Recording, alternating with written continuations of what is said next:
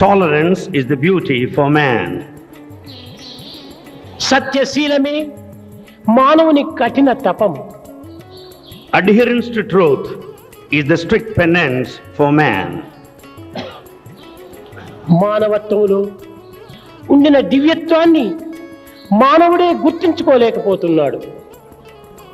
Being man himself, he is not able to realize the divinity. జాతి కంటే నీతి గొప్పదని, కులము కంటే గుణము గొప్పదని మానవుడు గుర్తించుకొనలేక కేవలము జాతి కులములపై ఆధారపడి జన్మను నిరర్థకము గావించుకుంటున్నాడు. Man is wasting his life not realizing the fact that morality is greater than the nationality. It is the character more important than the caste. ప్రాచీన వైదిక ఋషులు మానవ జీవితాన్ని మధుర భావముగా భావించారు. The ancient saints have considered the human life nectarine one. ఈ పవిత్రమైన మధుర భావమును సంరక్షించుకోవటమే మానవుని ప్రధాన కర్తవ్యము. The man's responsibility lies in preserving the sacred nectarine feeling. ఇది త్యాగమునందే మనకు రూపొందును కానీ స్వార్థమునందు మనకు లభ్యము కాదు. This lies in sacrifice and not in selfishness. మానవుడు మధుర భావమునే కోల్పోయిన మానవత్వమునే కోల్పోయిన వాడవుతాడు. If man loses all these sweet ideas, he'll be losing his human quality. కనుక మానవత్వములో ఉండినటువంటి యొక్క దివ్యత్వము మధుర భావమైనటువంటి మాతృతత్వమే. The divinity in humanity is this motherly feeling. తమ బిడ్డను రక్షించుకునే నిమిత్తము మాతృదేవి తనను తాను అర్పితము గావించుకొని తమ సర్వస్వమును కూడా త్యాగం చేసి పుత్రరక్షణకై పాటుపడుతుంది.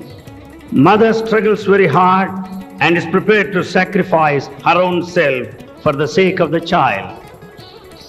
కనుకనే ఈ తల్లి చేసినటువంటి త్యాగమునకే మాతృత్వమునకు ఇంత విలువ అధికమైపోయినది. Because of this sacrifice, the mother attains noble heights.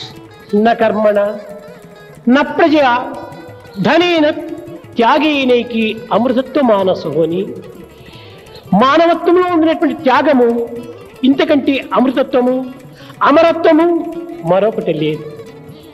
There is no other path towards eternity, and that which is eternal more than this sacrifice. మాతృతత్వమునందు ఉన్నటువంటి మధుర భావము, దివ్య భావము, నవ్య భావము, పవిత్ర భావము మరి ఏ మార్గమునందు కానీ మనకు కానరాదు.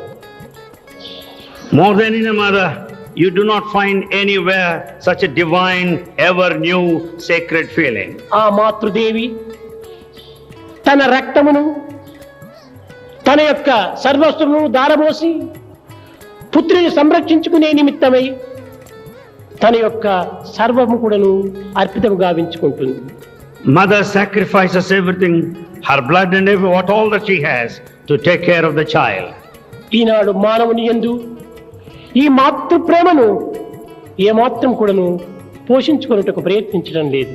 Today man is not making any sort of effort to preserve this love towards mother. శ్రీరాముడు జననీ జన్మభూమశ్చ స్వర్గాదిపి గరేసి. Sri Rama considered his motherland more important than that of the heaven.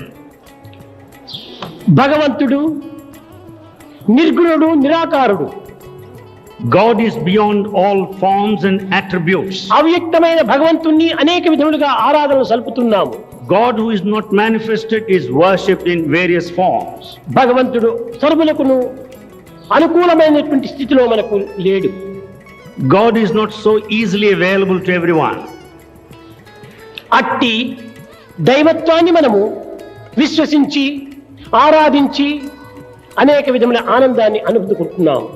We worship, we have full faith in God and we derive pleasure out of it. భారతీయ పవిత్రమైన సంస్కృతి యందు ప్రధానమైనటువంటి సూత్రములు మాతృదేవో భవ, పితృదేవో భవ.